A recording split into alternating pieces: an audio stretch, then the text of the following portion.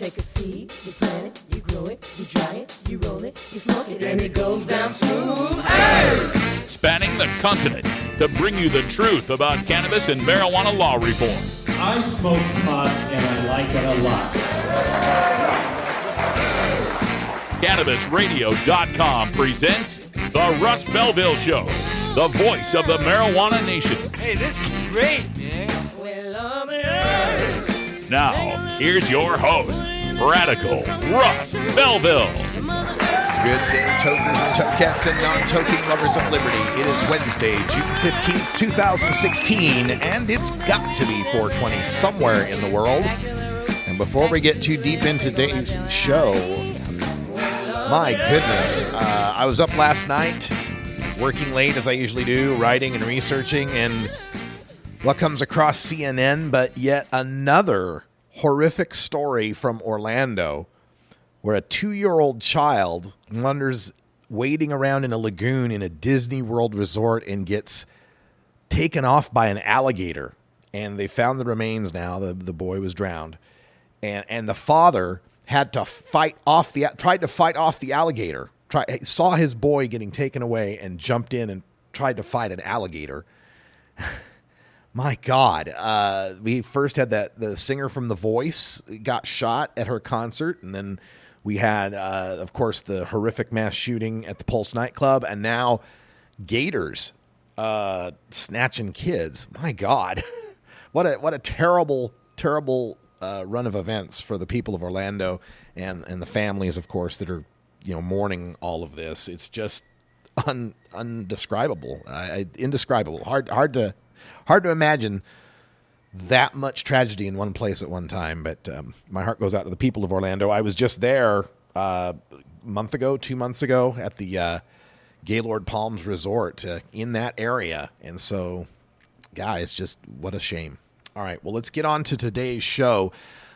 We've got our guest for our Hemp Day Hump Day update joining us, the organic cowboy himself, Doug Fine, author of Hempbound and Too High to Fail. We got some updates on hemp, including a bill in Rhode Island for hemp growing that got a favorable improvement. So we'll talk about that and more.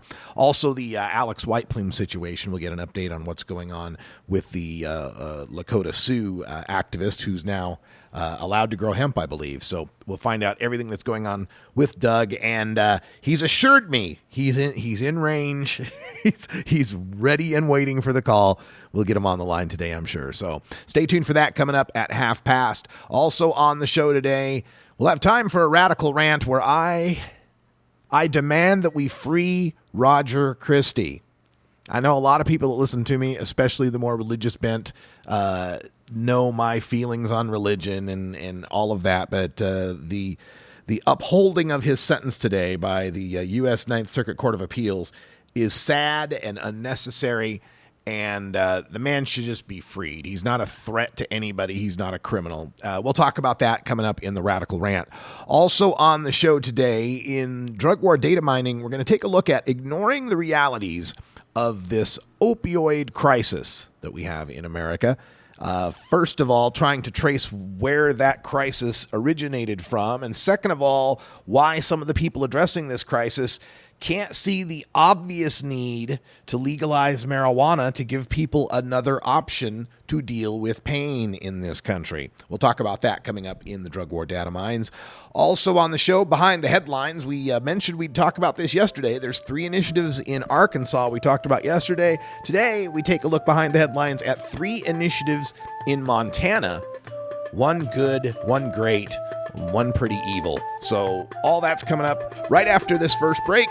We'll get to the Cannabis Radio News. We've got those headlines from Hawaii, an NFL headline for you, some Montana news, ACLU endorsement, some news from Phoenix, and the MPP makes a presidential endorsement. All that coming up, plus an hour or two. Toker Talk Radio will take your calls at 971-533-7111.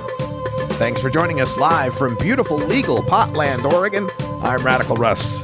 Stay tuned. We're back in 2 minutes. This is the Russ Belville Show on CannabisRadio.com.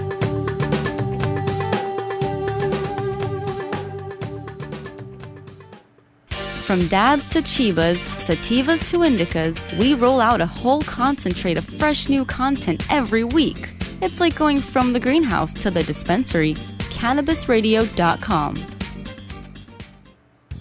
The cannabis industry is growing, business is booming, and as new opportunities arise in newly legalized states, each market is getting more competitive. Today, it takes more than just being a good grower. Do you have the resources to market and handle this ever-changing business landscape? Let Canna Management Corporation help you grow your canna business with our vast resources and experience to make your business a fully functional service company. Financial management, HR, sales, marketing, efficiency, and more. CMC has the experience and the expertise to improve your business and help you better meet the demands of your clients and customers. Call Canna Management Corporation and let our team get you ready to grow. 415-269-8015. That's 415-269-8015. Or visit canna-management.com. We love the earth. I'm Radical Russ Belville, inviting you to join me every weekday on CannabisRadio.com for the Russ Belville Show. It's the NPR of POT. We bring you the latest marijuana headlines, cannabis analysis, drug war data, activist interviews, radical rants, and your live calls. Join me every weekday at 3 p.m. Pacific, 6 p.m. Eastern, live only on CannabisRadio.com. Marijuana is not addictive, but listening to the Russ Belville Show is. Get.buzz. .buzz is the internet platform that fuels community interest, excitement, and new experiences. .buzz is the premier online destination for internet users seeking the latest news on a variety of topics. .buzz appeals to groups active in blogging, communications, journalism, advertising, and marketing. .buzz offers registrants a stronger alternative to the shrinking namespace of existing top-level domain names, such as .com, .net, and .org. Get your name now at get.buzz.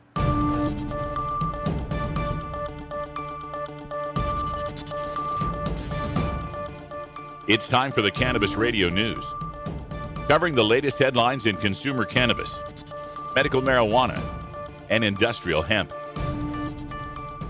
Cannabis Radio News is now available exclusively at CannabisRadio.com. Now your marijuana headlines in 4 minutes and 20 seconds. This is Cannabis Radio News. This is your Cannabis Radio News for Wednesday, June 15th, 2016. Honolulu, Hawaii. A federal appeals court is upholding the convictions of 2 Hawaii cannabis ministry leaders found guilty of having 300 pot plants as part of a distribution ring. Roger Christie and his wife Sherry Ann Christie appealed their convictions on religious grounds, saying their ministry used marijuana as a sacrament. Tuesday's ruling by the 9th U.S. Circuit Court of Appeals found the federal government had a compelling interest in preventing marijuana from being diverted to non-members and being provided to minors. The ruling noted the government may force a religious objector to comply with the law if doing so furthers a compelling government interest and there isn't a less restrictive way to accomplish that goal. Baltimore, Maryland. Eugene Monroe, the NFL offensive tackle, has been released into free agency by the Baltimore Ravens, a move Monroe believes is due to his advocacy for medical marijuana. Monroe had donated $80,000 toward research for medical marijuana use in the treatment of concussions and traumatic brain injuries. The NFL recently settled a multi-million-dollar lawsuit by former players who contend the NFL didn't do enough to protect its players from the lifelong consequences of concussion. With many players becoming addicted to powerful painkillers, Monroe advocates for the removal of cannabis as a banned substance for NFL players so they could use it for pain relief instead.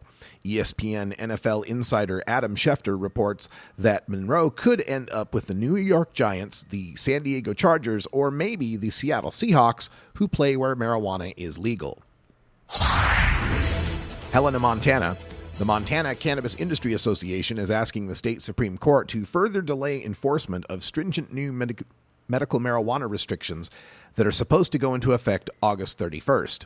The association on Tuesday asked the court for a stay until the U.S. Supreme Court takes action on an appeal or until the November election, when a proposed initiative expanding access to medicinal marijuana could be decided by Montana voters.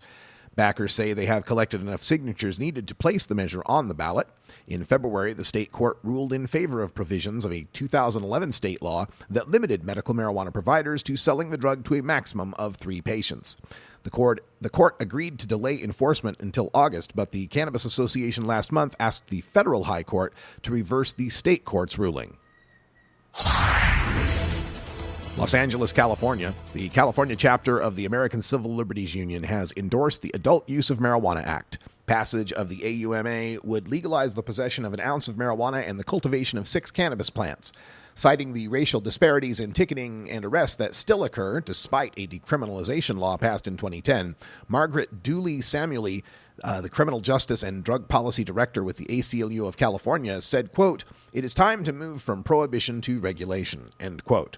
From 2011 to 2014, the California ACLU found that there were roughly 60,000 marijuana arrests.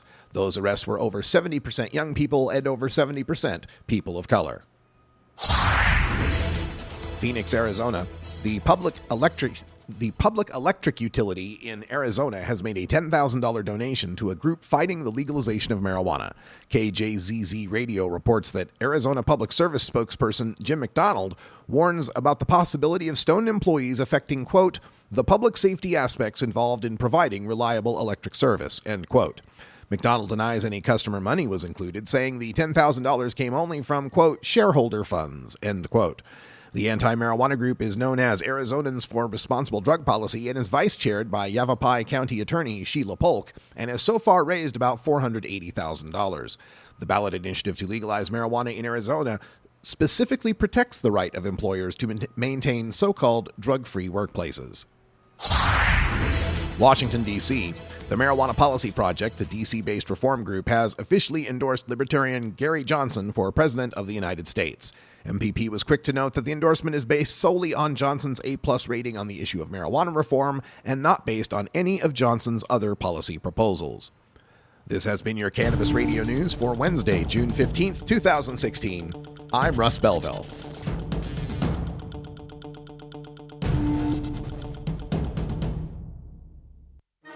Legal to listen to all over the world.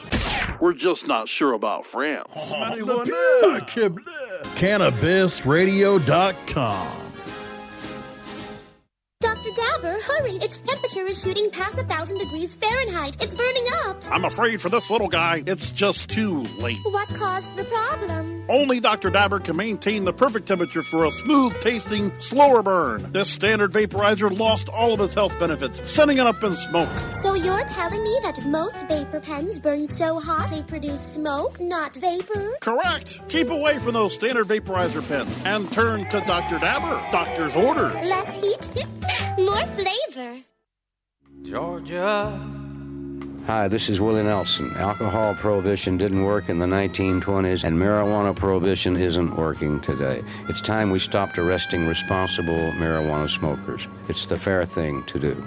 For more information, contact NORML, the National Organization for the Reform of Marijuana Laws. Call toll-free 888-67-NORML or visit their website at norml.org. You're not high. You're listening to the Russ Belville Show on CannabisRadio.com. They're bringing drugs, they're bringing crime, they're rapists, and some, I assume, are good people. Okay, maybe you're high, too.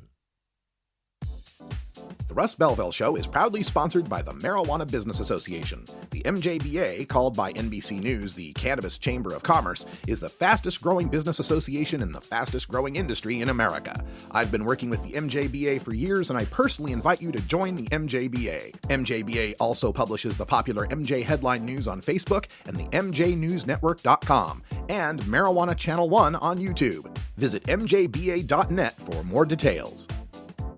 The world of cannabis is evolving at a frenetic pace.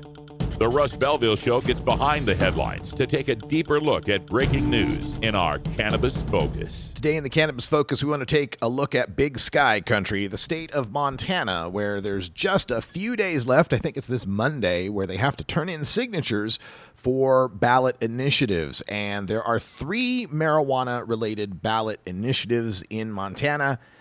However, there's really only 2. There is one that's a ballot initiative that was put together by a group called Cycling for Sensible Drug Policy, started by a sports writer, and they've got an initiative called I-178, and that's an initiative for legalization of marijuana. He's only got about $6,700 in total contributions and only has $522 in the bank. And they don't have the 24,175 signatures they need. So this, it doesn't look like this one is going to make it. They're also promoting a constitutional amendment that needs about 50,000 signatures. So both, statutory legalization and constitutional legalization, might as well do both at the same time, right? So that one doesn't look like it's going anywhere. The real battle that's going on in the state of Montana has to do with the I-176 initiative versus the I-182 initiative. And the I-176 is the scary one. This is the one to watch in 2016 that could have a devastating effect. There's a group called Safe Montana, and they're campaigning to just outright repeal medical marijuana. This is I-176 in Montana. It's run by a businessman named Steve Zabawa, and he says he's collected more than enough signatures to get on the ballot. And he says, quote, "We're the aggressive party, and that's kind of our attitude. The loud minority of marijuana users have been very, very loud and very effective in their campaign of, it's no worse than alcohol. Let's tax it and spend it." End quote. So he has put $70,000, almost $71,000 of his own money into the campaign so far and has enough money and enough signatures, it looks like, to make the ballot. The group has also gotten some small contributions from other businesses like Rimrock Auto Group, but he says, quote, "Less stoned people, that makes for a better community," end quote, and says that he worries about medical marijuana making it onto the recreational market, as if that was necessary for people in the recreational market to be smoking. Like this guy thinks he's going to get rid of medical marijuana, and then that'll take care of the marijuana problem. Nobody will ever smoke marijuana again. The magical thinking of these people just is unbelievable. The good amendment, or the good initiative out there in Montana, is I-182. This one is Montana Citizens for I-182. And what it does, you have to understand a little bit about the background of Montana. Montana passed its medical marijuana law in, I think it was 2004. And it was a good Western medical marijuana law. You could have home grow, you could have caregivers. Well, that evolved to eventually have dispensaries, as it is wont to do, because, one caregiver gets noticed and starts helping 3, 4, 5, 10 people, and there's a need. If you're going to have far more patients in any medical marijuana program, then you're going to have people that's growing weed and supplying them. So evolved these dispensaries, and kind of, again, on that tenuous caregiver idea. Well, I'm not a store. I'm a caregiver with brick and mortar walls and a fixed location that people line up for to pick from a selection, but I'm not a store. I'm a caregiver, right? So that's all this murky semantic stuff. Well, the legislature in Montana outright repealed medical marijuana. They just outright repealed the whole thing. It was only saved by then Governor Brian Schweitzer's veto, right? So it just came a veto away from being repealed. So in the interim, after that, the legislature came up with this bill. I forget the number of it. Was it 423? I can't remember. But they came up with this bill that pretty much eviscerated all the loopholes. They made it so that a caregiver could only sell to 3 patients. So that made it impossible to have a storefront, and made some other changes. And so this got voted on in a referendum, and a referendum didn't get it overturned. There was a veto referendum, and it was confusing. She had to vote no to say yes. It was one of them weird situations. So and the courts have upheld this bill that cut down the medical marijuana program. So this 182 would fix that. It would remove the restriction of 3 patients per provider. And it would take away the state review of doctors who recommend more than 25 people for medical marijuana. Basically, it would allow for dispensaries to come up and for the system to go back the way it was in Montana, which was working pretty well for patients.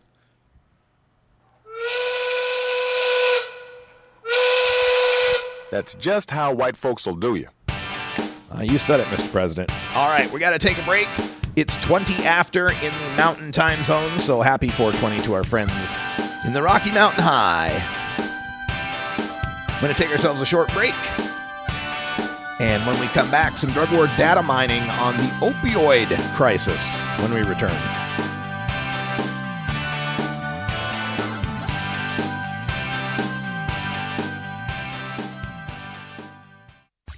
Being green is good. Growing green is good. Making green is great. CannabisRadio.com.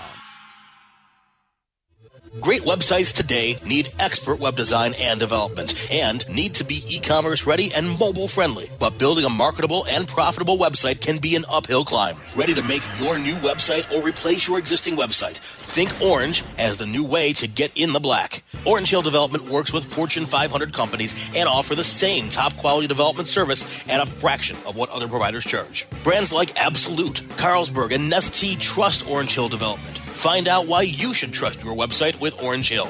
Contact Orange Hill for a consultation today at orangehilldevelopment.com. It's time to Hemp Present with Inadina Stanger.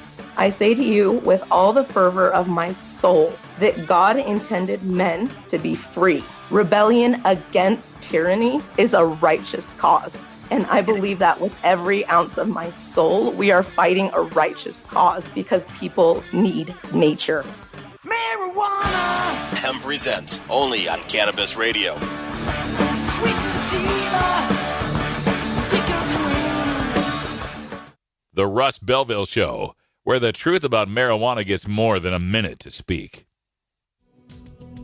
With over 6 years of experience in the industry, New Era CPAs is one of the nation's leading cannabis accounting firms, helping hundreds of growers, dispensaries, and ancillary companies with their tax, legal, and business strategies. New Era CPAs offices cover the West Coast from Seattle to San Diego, and their skilled team is always available to help you take your business to the next level. Visit neweracpas.com for more info and set up a consultation. Welcome to the New Era.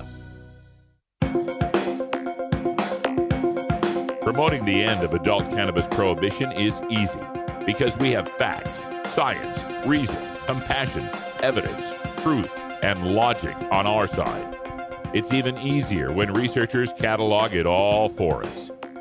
Learn how to gather the facts on marijuana use, arrests, seizures, rehabs, drug tests, and more on this edition of Drug War Data Mining. Today in the Data Mines, we take a look at the opioid epidemic in America, and this was brought to my attention by an article on publicceo.com entitled, Prince's Death Adds to Opioid Epidemic's Devastating Toll, and Cities Are Determined to Fight Back. Well, that's laudable. Let's fight back against this opioid epidemic. We all miss Prince, and it begins by talking about Prince's death and that he was on fentanyl, which is an incredibly strong pain medication, highly addictive. They ask, should Prince have known better? Should his doctors have known better? What are the lessons to be learned from his unfortunate death? So they make some points. They say, one, to talk about the disease of drug addiction. Okay. To have drug take-back programs, right, where they buy back your unused pharmaceuticals. Well, okay, that sounds reasonable, sure. Naloxone, yeah, of course.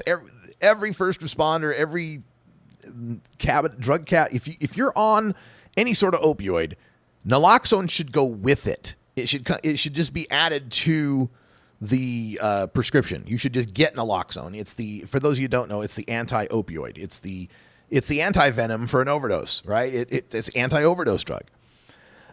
Prescription drug monitoring programs. Yeah, let's set up more databases to see who's taking what drugs. Okay, all right. Education and prevention. That's always a good idea. Although, a clean syringe and needle exchange. Yeah, for people that are using injectable heroin and such. That's, clean needles. Good idea. Yeah, drug courts.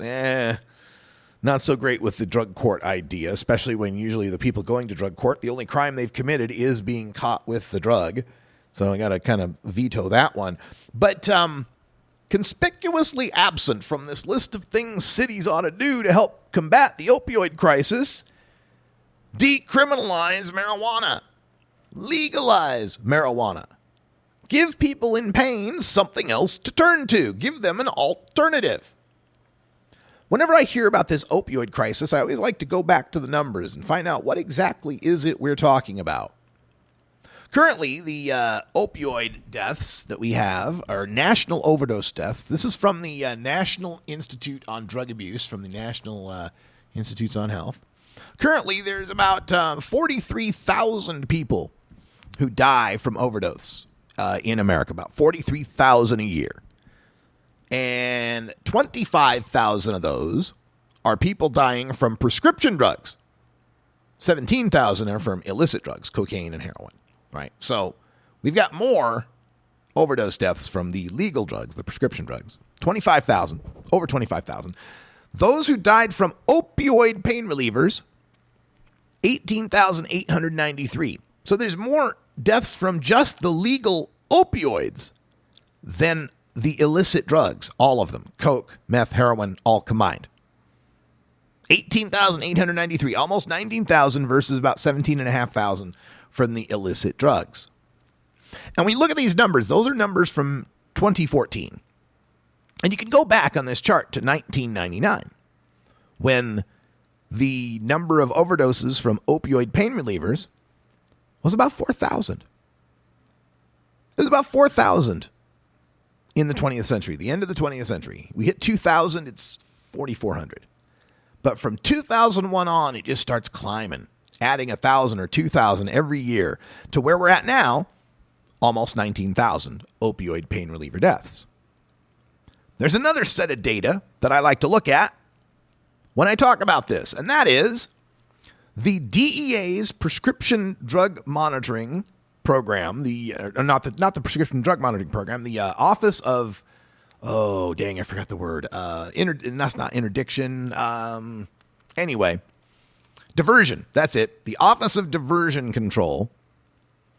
The Office of Diversion Control of the DEA is in charge of maintaining quotas of how much of these powerful opioid drugs can be produced. Because this ain't pot. You don't just grow it. Not just anybody can make an OxyContin, okay? It requires factories and precursor chemicals, and it's not the kind of thing you do in your, even a backyard meth cook could handle, right? This is some high-level shit.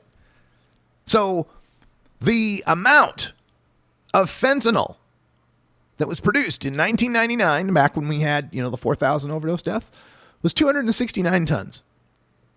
The amount produced in 2014, when we got up to the big 18,000, 19,000 number, is up to 2,100 tons. Oxycodone, from 12,000 tons to 149,000 tons. Morphine, from 12,000 tons to 62,000 tons. Vicodins, from 13,000 tons to 99,000 tons.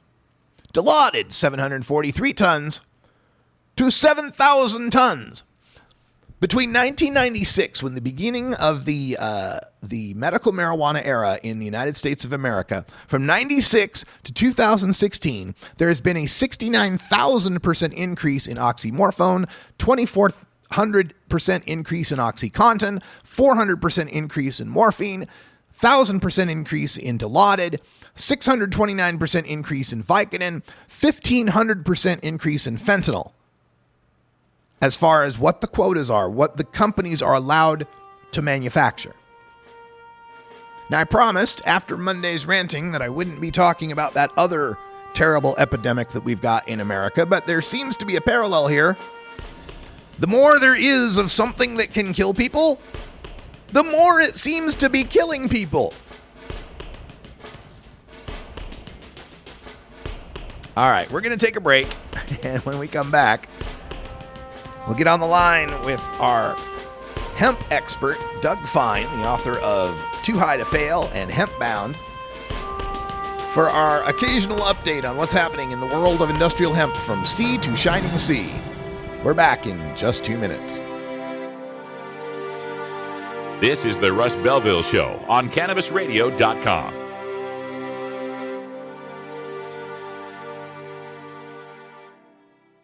Cannabis use isn't the only thing growing. So are we. Grow with us. CannabisRadio.com. The cannabis business industry is growing. Business is booming. And as new opportunities arise in newly legalized states, each market is getting more competitive. Today, it takes more than just being a good grower. Do you have the resources to market and handle this ever-changing business landscape? Let Canna Management Corporation help you grow your canna business with our vast resources and experience to make your business a fully functional service company. Financial management, HR, sales, marketing, efficiency, and more. CMC has the experience and the expertise to improve your business and help you better meet the demands of your clients and customers. Call Canna Management Corporation and let our team get you ready to grow. 415-269-8015. That's 415-269-8015. Or visit canna-management.com. Warning. Hits taken on this show are larger than they appear. Do not try this at home. These people are professionals, or at least they pay me to say that. A public service message from CannabisRadio.com and the Russ Belville Show. When you are starting up a medical cannabis business, you want a fired-up lawyer who understands the needs of cannabis consumers. The law office of Lauren Vasquez is your fired-up lawyer for the cannabis industry. Visit her website, fireduplawyer.com, or call 1-855-MMJ-LAWS for more information. That's 855-665-5297 for Lauren Vasquez, your fired-up lawyer, or email fireduplawyer@gmail.com.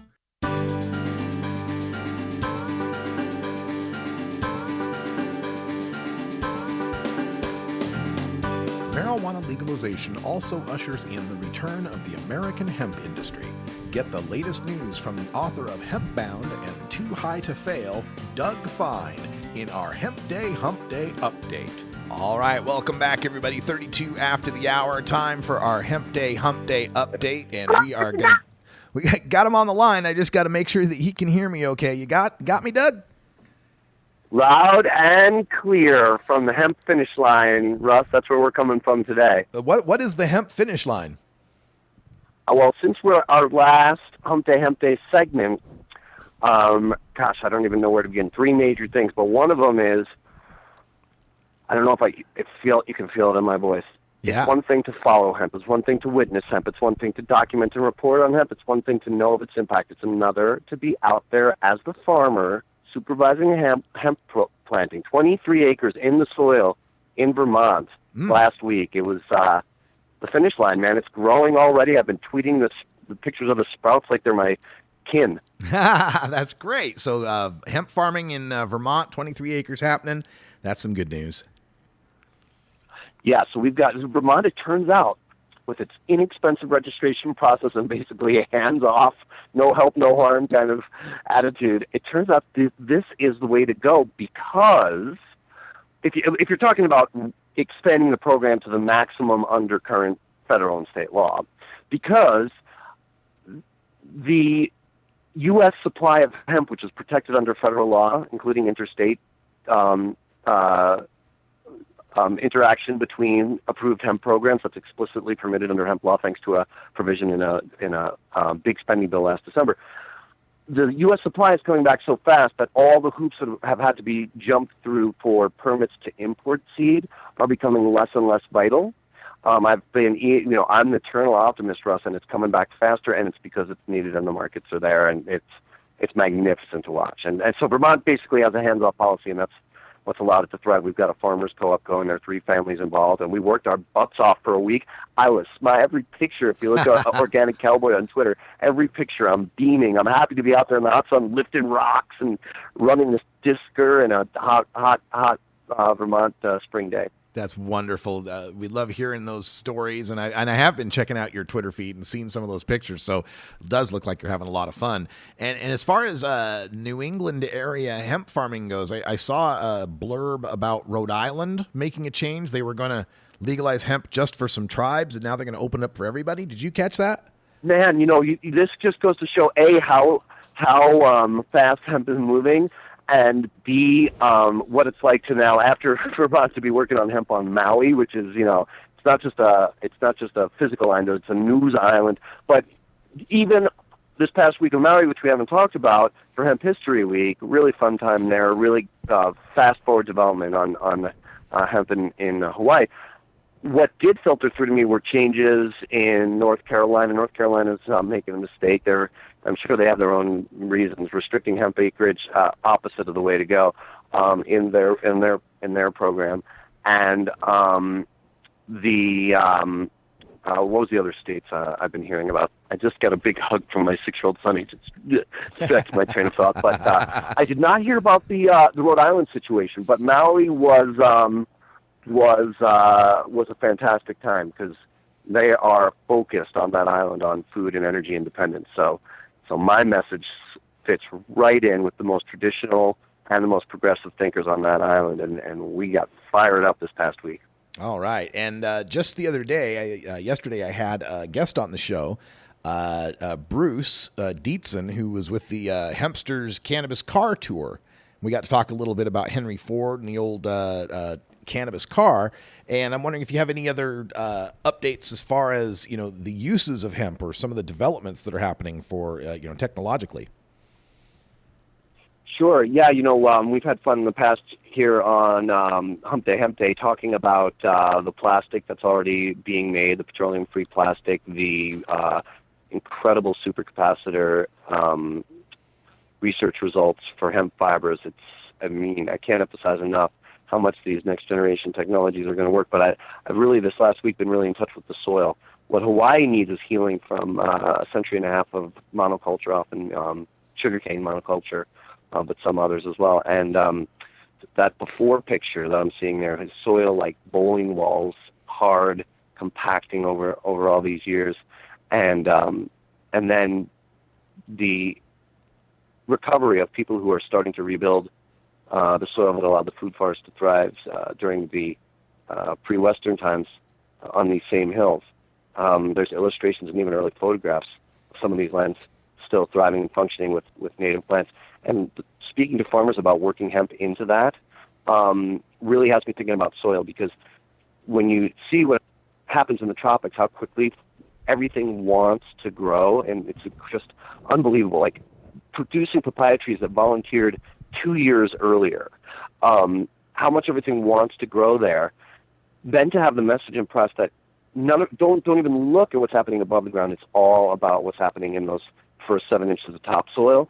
That's really gotten me back to the other side. It's all part of the same story. But while I'm normally thinking about next generation apps, right now I'm thinking about rebuilding soil and the value of that beyond getting the best quality hemp products for those next generation apps. It also is about sequestering carbon and mitigating climate change, which is important for the species survival.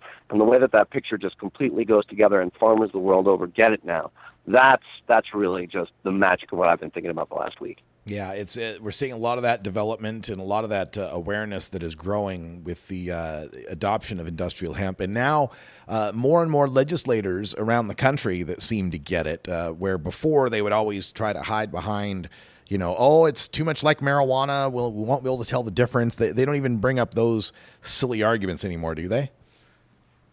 I think less and less. I wish somebody would with me so I can say, and your problem with 0 deaths ever psychoactive cannabis compared to alcohol is, yeah, I'd say it's all one plant and it's all great. It's all, have you not seen, Hickenlooper, as we know, in Colorado, I'm sure, Russ, you've probably covered this at length. You have this initial person, a politician, who says what he or she thinks is going to, most appeal to the most important voting segment at that moment, right? So you had nothing but resistance to the will of the people to a dang constitutional amendment from the governor. And he's changed his tune. He's seeing the lowest unemployment in the nation. Yeah. He's seeing shut down, shuttered Pueblo reopening with cannabis processing, and he's like, you know what? This rocks. And so anybody who's pretending it doesn't, they're living last century, and they're welcome to catch up. You know. Now, as we move forward with more legalization, everybody's looking at the state of California for 2016 and passing Adult Use of Marijuana Act. And do you worry about legal marijuana crowding out the interest in wanting to grow hemp? That there might be more money in legal buds and less in legal stocks? No, I don't see a division. It's all the same to me. Well, there's only so much land, though. Is what I'm saying is that, like, as they choose, as you know, farmers are choosing what to go into. Would they choose, psychoactive cannabis over industrial hemp to the detriment of developing hemp in California? I tell you, in the other legalization states, there's no shortage of people that want to cultivate hemp. Colorado is increasing 1,000% in acreage per year. I'm just astounded. There's that multi-thousand-acre single farms of growing thousands of acres this year. They can't keep up with. I just did an interview with their Department of Ag head. Can't keep up with the application process. Same growth. We're seeing basically 1,000% growth everywhere annually for hemp. So to me, it does all work. But honestly, I'm glad you asked the question, Russ, because for me, I like to look at, the true finish line of the complete end of cannabis prohibition. To me, the cannabis plant will just have one name of cannabis. It'll be cultivated like any other crop, like chickpeas or tomatoes. And for the percentage of cultivation that involves a finished product, and only a finished product that might have psychoactivity, it's just similar to the way beer or alcohol is sold, no big deal. But for the rest of the plant, similar to, let's say, the wheat that goes into beer, it would be just, like absolutely in your grocery store produce aisle, cannabis flowers for nutritive whatever, and plus value-added products. That's already coming. You already see CBD oils and flowers just in a grocery store in places like Luxembourg. But I don't think we're going to be delineating between hemp and other kinds of cannabis very soon. People are going to be cultivating based on what the application and final market is.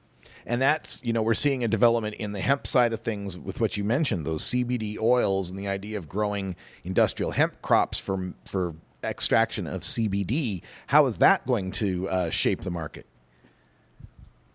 It's a good question because in the projects I'm involved in, Vermont, Oregon, and now Hawaii, I like the idea of growing for flower, especially when you're local. If you're growing a fantastic local cultivar that's going to just be available at the farmer's market or grocery store regionally or locally, be the best, and you're always going to have a market. That's true for psychoactive or non-psychoactive. But in terms of hemp farmers that see the real value of growing psychoactive style, but just a plant that when processed has less than 0.3% THC, and thus is technically today absurdly defined as hemp, I advise people not to put all eggs in one basket because you never know what or if the saturation point is for straight-up CBD. I really think beyond just one cannabinoid in my own kind of planning and marketing for the projects in which I'm involved. But because we don't know the future and this is all so new, there's not really a downside to diversifying. And so for instance, in the Vermont planting I was telling you about, we planted some at nice flower spacing and some at seed spacing. And as we research what the value-added potentials are for products that we create our own and or potential wholesale markets for various kind of cannabinoids, we may wind up thinning some of the more tightly placed seed acreage if we see more value in allowing the space for flower production. So it's just a question of watching, and it's just one of the fun things about hemp is like there's no department you can let go of paying attention to, from agronomic to marketing to legal to political to everything. But the good news is the undeniable sense that we're there and we've won. It's hemp is hemp cannabis is a major part of the future of American agriculture. We all know it. Yeah, and getting to talk to the Hempster car tour people, it was interesting to learn that Henry Ford's 1941 hemp car was like 4 or 6 times greener than a current, hybrid type car. And then to think we could make cars with hemp body parts and eventually the batteries, that hemp battery technology we're talking about, we could have our cars running completely on hemp. All right, that's Doug Fine. Somehow we've dropped our call with Doug, so we've got to call it a show. I think, a segment, I should say. Very interesting. I think my Skype account just short-circuited on me. Okay. Well, we'll get that fixed for tomorrow's show. My apologies to Doug for the abrupt cutoff, but that's the way it goes sometimes. We're doing it live. We're going to take a break, and when we come back, free Roger Christie and the rest of us while you're at it.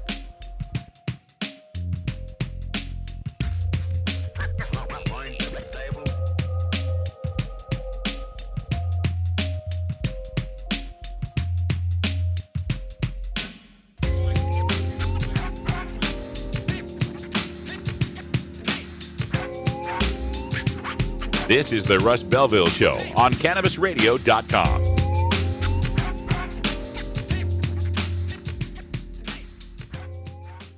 We don't limit how much you smoke, and we don't limit where you listen. Cannabis Radio is now on iTunes, Stitcher, and iHeartRadio.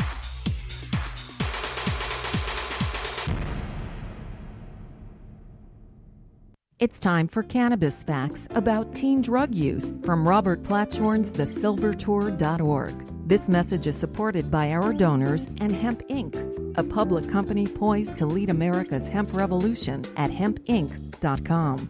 A recent survey by the U.S. Centers for Disease Control indicates that in states that have legalized medical marijuana, the rate of marijuana consumption among high school students has not increased. In fact, in legal states like Colorado, teen use has actually decreased significantly. It's simply no longer a big deal for teenagers in legal states. This was Cannabis Facts from thesilvertour.org, an educational nonprofit supported by our donors and Hemp Inc., a public company poised to lead America's hemp revolution at hempinc.com. The National Cannabis Industry Association presents the 3rd Annual Cannabis Business Summit and Expo. The most influential business event in the marijuana industry returns for 3 days in Oakland, California. Join your fellow industry leaders and policy influencers June 20th through 22nd for an in-depth educational experience and network with more than 3,000 cannabis professionals. The 2016 Cannabis Business Summit and Expo will feature keynote presentations from California Lieutenant Governor Gavin Newsom and Numi Organic Tea CEO Ahmed Rahim, giving you insight into cutting-edge policy discussions and the most innovative business practices. All this plus the most comprehensive expo floor in the industry. The Cannabis Business Summit and Expo, June 20th through 22nd in Oakland. Don't miss out. Register right now at CannabisBusinessSummit.com and save 15% off registration using promo code RADIO15. That's CannabisBusinessSummit.com, promo code RADIO15.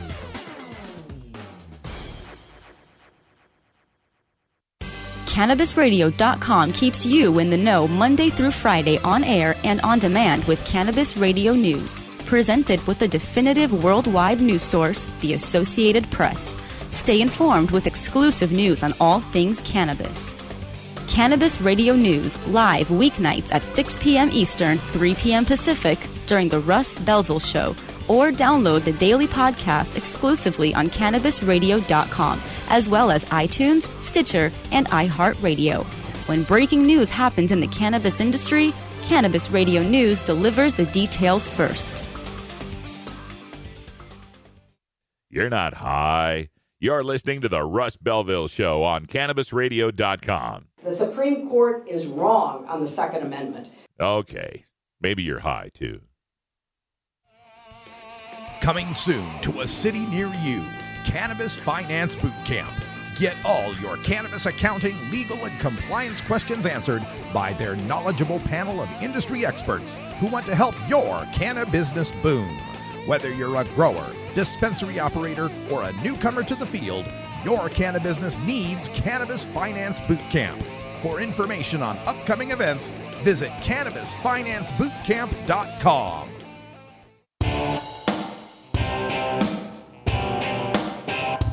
We must wage what I have called total war against public enemy number one. I support a change in law.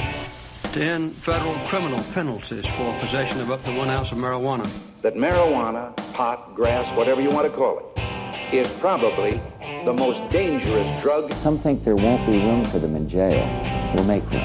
I experimented with marijuana a time or two, and I didn't like it and didn't inhale. One major responsibility is to encourage people to use less drugs. Entirely legitimate topic for debate. Radical Rant. Today, we opened up the Cannabis Radio News with the story of the Federal Appeals Court, U.S. Ninth Circuit Court of Appeals, found that the convictions of Roger Christie and Sherry Ann Christie for having 300 pot plants as part of the distribution ring upheld their convictions, said that yes, indeed, the government can bust people for growing weed even if they really believe God told them to. And it doesn't bring me joy to say that these people's convictions have been upheld. I'm not happy about it because I don't think anybody should be convicted, put in a cage, and run through the judicial system for growing houseplants. It's absurd. Makes no sense whatsoever. But I've said repeatedly and covered on this show so many times that this religious argument to try to get yourself a special get-out-of-jail-free card for marijuana is not going to work.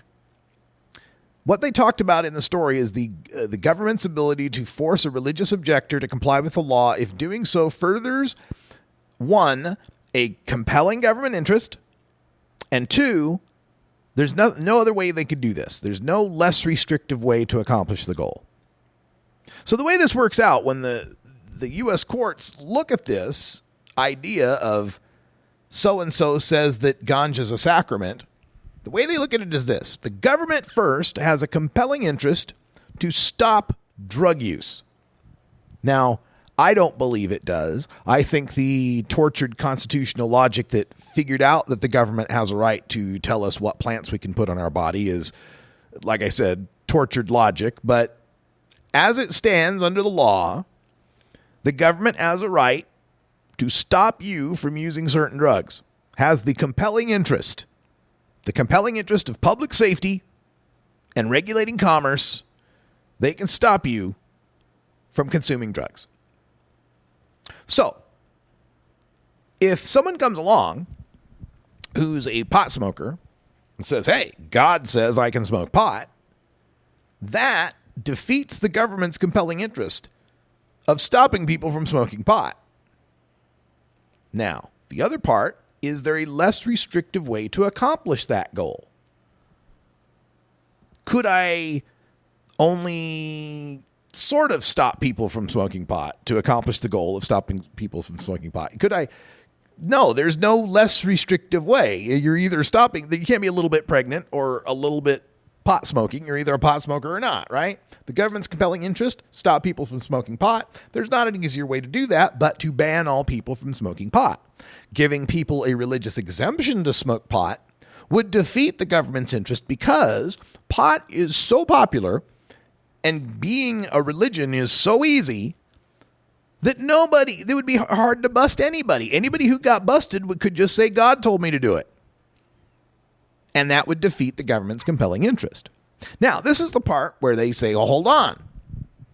President Clinton signed something called the Religious Freedom Restoration Act that said that the government could allow these exemptions. And it's been found through court cases that certain religions, these nativist, Native American type religions and Brazilian religions and such, that these native religions that have had the use of hallucinogens for thousands and thousands of years could use these hallucinogens. Ayahuasca tea, peyote buttons can be used for religious purposes. So if they can have religious purposes to use these powerful hallucinogens, why can't Roger Christie and the THC ministry have cannabis to use as their sacrament when it's far less, trippy than the hallucinogens we're talking about? Well, that's the other part of the problem. We go back to that compelling interest and less restrictive means. People don't want to trip generally. Most people don't want what they have to go through with peyote or ayahuasca. It's not comfortable in some ways. There's not a big interest in people doing those drugs. So allowing some of these native religions to do those drugs doesn't really stop the federal government from stopping everyone else from doing those drugs. It's pretty easy to identify who's in those religions. Those religions just don't get made up all the time. There's no brand new, well, I can't say there probably are, but there's not usually brand new religions that have these ancient kind of, peyote and ayahuasca rituals that they have. So it doesn't stop the government's compelling interest, and they allow them to have their sacrament. So what it really comes down to, unfortunately for the people who believe that ganja is a sacrament, is your sacrament's too popular. Too many non-believers love your sacrament to stop them from faking their way into a religion to get away with breaking the law. Now, as I've described all this, do not mistake this for me saying that I agree with this line of reasoning. I do not in the least agree with this line of reasoning. To me, making this a religious argument is almost beside the point. Of course, maybe that's because I'm an atheist. But to me, what the First Amendment freedom of religion really means is freedom of thought. And the other amendments, the 4th, the 5th, the 6th, the 9th, a lot of these amendments combined together provide us the freedom of self, that we are sovereign over our own bodies. That's what the whole abortion debate is about. Are we sovereign over our own bodies? And the Supreme Court has decided, yes, we do have rights to things like birth control and abortion. So if my body, my choice means anything, then it's got to mean that when it comes to putting stuff in the body. What we eat, what we drink, and what we ingest for psychoactive purposes. If freedom of religion means anything, it means freedom of thought, freedom of belief, a freedom to identify with a certain creed or a certain set of morals and standards and such. And so preventing people from using a certain substance because of how it alters their perceptions seems to me to be a direct affront to that freedom of how we believe, how we think, how we choose to present ourselves. So it's not even a matter of arguing about this because you're a Rastafarian or a Coptic Christian or you formed your own church called the THC Ministry. That is all not well and good, but it's superfluous. It's superfluous to what our right actually is, that me, Radical Russ, atheist dude, who likes pot because he smokes it and it makes him high, that's all I need. That's all the justification constitutionally I believe that we need to smoke pot. It's my body. It's a plant that came out of the earth. There was no manufacture involved, nothing involving commerce necessarily. It is possible for me to take a seed and plant it in ground I own, and water that falls from the sky and nutrients that exist in the soil can create this bud that I can smoke. There's no commerce in that whatsoever. So there's no Commerce Clause argument for stopping me from using that. And what this all boils down to is, damn it, free Roger Christie. I may not agree with the argument he's making. I mean, I agree with the argument he's making, but I'm just saying it's a superfluous argument. Yes, of course you have the religious right to use cannabis because we all have the right to use cannabis. That's like saying, well, tall Puerto Ricans have the right to vote. Well, yeah, of course they do. We all have the right to vote, right? So I that's all I got to say is free Roger Christie, because what's the point? What are we stopping here? But we're stopping people in Hawaii from smoking weed by keeping him locked up? Really? You better tell Woody Harrelson and Willie Nelson that. Well, folks, that's all the time we got. Time flies when you legalize. That's hour one. Coming up next, hour two, Toker Talk Radio, which, remember, coming soon, Toker Talk Radio will be available live, but as a podcast, it will only be available on RadicalRuss.com. So we got some changes coming sometime later this summer. For everyone here at CannabisRadio.com, I'm Radical Russ. Thanks for joining us. And until next time, Take care of each other, tokers.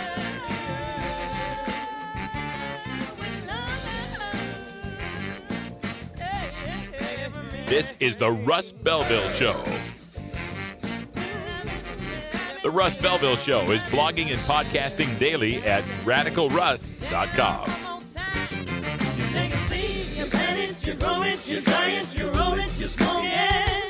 You take a seed, you plant it, you grow it, you dry it, you roll it, you smoke it. You take a seed, you plant it, you grow it, you dry it, you roll it, you smoke it, and it goes down smooth.